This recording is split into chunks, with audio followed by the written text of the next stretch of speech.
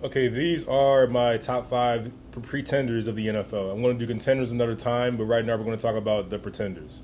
At number five, I have the Cleveland Browns. Look, Cleveland has had a great roster for the past handful of years in the AFC North. They've been a very good, well put together team. The problem is the quarterback.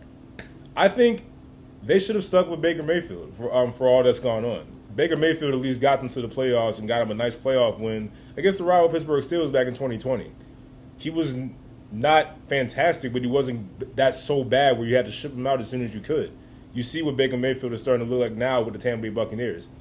And look, this is looking like the worst deal in NFL history and really one of the dumber deals in sports history.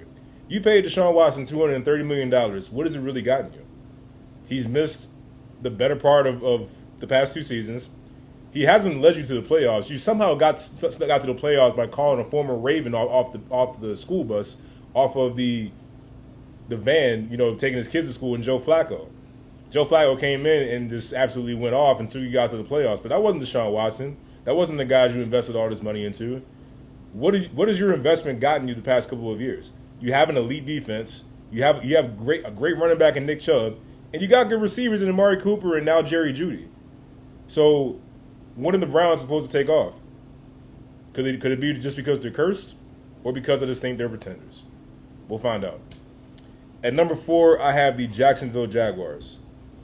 Look, Trevor Lawrence is the former number one overall pick. He just got paid. He is now tied for the highest paid quarterback in history of the NFL, especially at the quarterback position.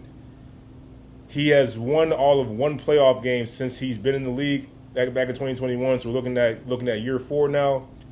Not bad, but I don't think it's all that great, especially considering last year where the Jaguars had a substantial lead in their division, going into the playoffs. They ended up missing the playoffs entirely because they just fell apart completely.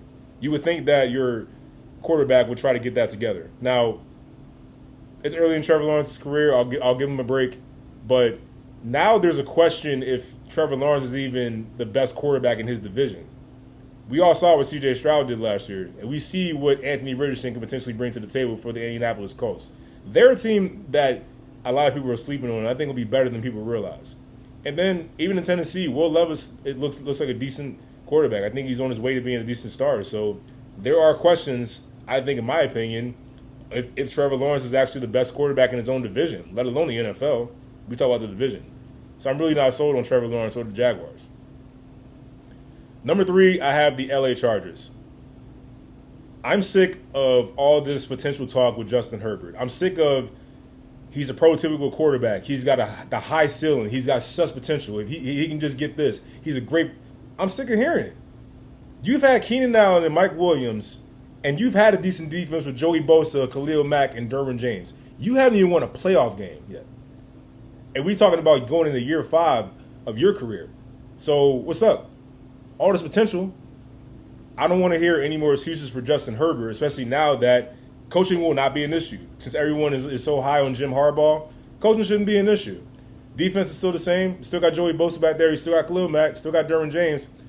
But I have no idea what the Chargers are even going to look like on offense because Keenan Allen and Mike Williams are no longer there. You got Quentin Johnston, and you got a bunch of unknowns out there. You got J.K. Dobbins and Gus Edwards at running back, so you should be able to run the football. But what is Justin Herbert going to do? When is he going to start competing in that division with the AFC West? You're supposed to be the guy that can rival Patrick Mahomes in terms of talent. So when is it going to start showing? What excuse can we make now for Justin Herbert? Number 2, I got the New York Jets. Look, I know they got Aaron Rodgers. I know they got Garrett Wilson, picked up Mike Williams, Breece Hall, the whole bit. Great defense and everything with Sauce Gardner and Quentin Williams. But it's just, I got to see it.